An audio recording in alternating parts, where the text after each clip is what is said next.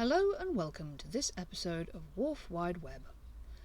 Today we begin our journey through history at the Wharf right at the very beginning, before the Wharf was even a wharf. Preston Brook, or Preston as it was usually called then, has always had a strong connection with waterways. This map from 1577 shows how the Keckwick Brook was once a large watercourse, big enough to take boats in its own right. The wharf today is bounded by the M56 on one side, and the A56 on the other, and as impressive as the motorway may be, the A56 is far more interesting.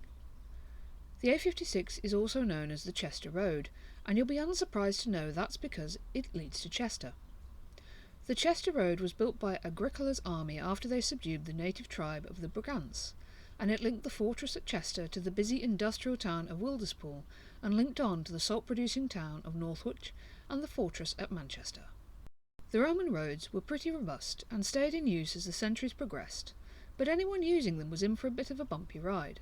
Carts and wagons were cumbersome, and there was a tendency for the wheels to get stuck or even come off entirely in deep ruts, and this is why packhorses were the dominant road transport for hundreds of years. Packhorses weren't always horses. They could be any equine, and they could work alone or in teams, hitched together in a long string. A packhorse would have a special saddle, and it was to the saddle that the goods would be fixed. Different types of goods would need different saddles. This barrel in Norton Priory Museum would have carried wine, and you can see it's slightly curved to fit to the horse's side. This engraving shows horses wearing baskets, while this painting of the Bell Mare from Kendal shows her carrying bales of cloth. Both of those images show that the horses are wearing bells. These are a warning sound, just like a lorry makes when it reverses today. You can see the Bell Mare is also wearing a muzzle. Most pack horses did, to prevent sneaky snacks when they were on the move. This is Zig. Here he's wearing a pack saddle from the Shetland Isles, called a clibber.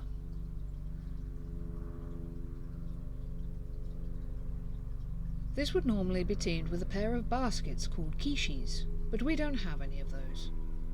We use our clibber for carrying hay nets and for carrying shopping bags.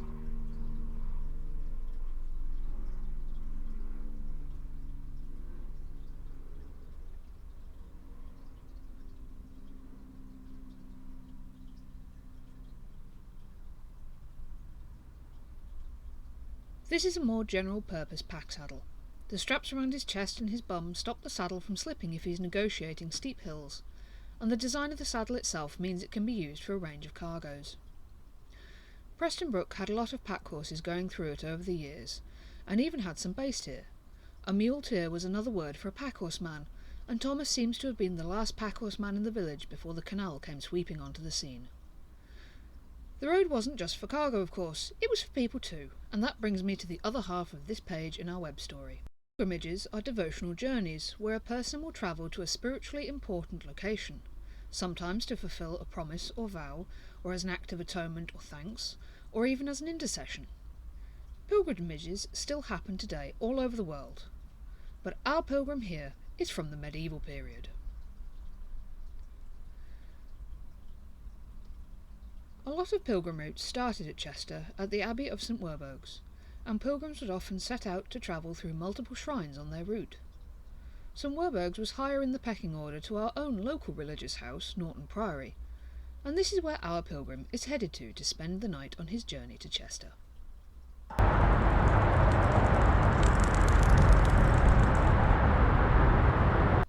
Pilgrims didn't just stay in this country. They would travel across the globe to shrines in far-off places. When they were building the new houses near Preston Brook Marina, they found the battered remains of a pilgrim flask dedicated to St Minas, which would have come from Abu Mina in Egypt. This is what it would have looked like intact. No one knows whose it was or how it came to be here, but maybe that's where Preston Brook got its name from. Preston is derived from priest's farm, so maybe an unlucky pilgrim taking the boat up the Keckwick Brook on his way home from Egypt dropped it in the water, and his friends took the mickey out of him so much that the name stuck forevermore.